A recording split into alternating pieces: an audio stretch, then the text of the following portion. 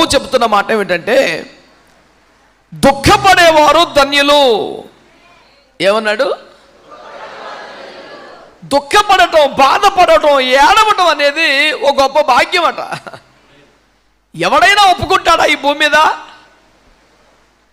బాగా ఏడ్చువాడే బాగా అదృష్టవంతుడు, బాగా ఏడ్చేవాడే బాగా భాగ్యవంతుడు. ఎవడైనా ఒప్పుకుంటాడా భూమి మీద? ఏడ్చే పరిస్థితులు లేకపోతే ఎప్పుడు నవ్వుతూ తొలుతూ సరదాగా ఉంటే అది కదరా భాగ్యం అంటాడు ఎవడైనా. కానీ బైబిల్లో స్వయంగా ప్రభువైన యేసుక్రీస్తు వారు విశ్వవిఖ్యాత కొండమీది ప్రసంగంలో బాగా ఏడ్చేవాడే బాగా భాగ్యవంతుడు అన్నాడు. ప్రపంచం నివ్వెరపోయిన ఎన్నో తత్వాలు, ఫిలాసఫీస్ యేసు ప్రభు చెప్పాడు.